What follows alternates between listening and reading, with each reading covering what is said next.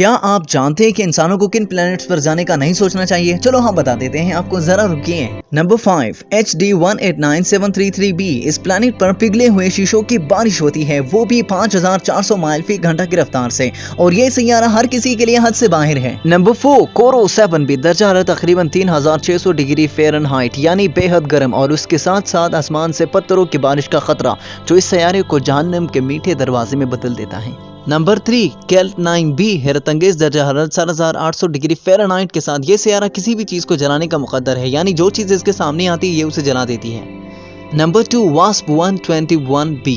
ये सैयारा नाकाबिले यकीन हद तक अपने सैयारे के करीब है। ये किसी गर्म दिन आइसक्रीम की तरह आसानी से किसी भी चीज को पिघला सकता है। नंबर 1 ऊगल 2005। ये प्लैनेट नेगेटिव 360 डिग्री दर्जा हरारत की वजह से यह प्लैनेट किसी भी जानदार चीज को फ्रीज करती है, यानी जमा देती है, जो इस पर लैंड होने से पहले अपने हमारे चैनल को भी सब्सक्राइब करें। Thank you.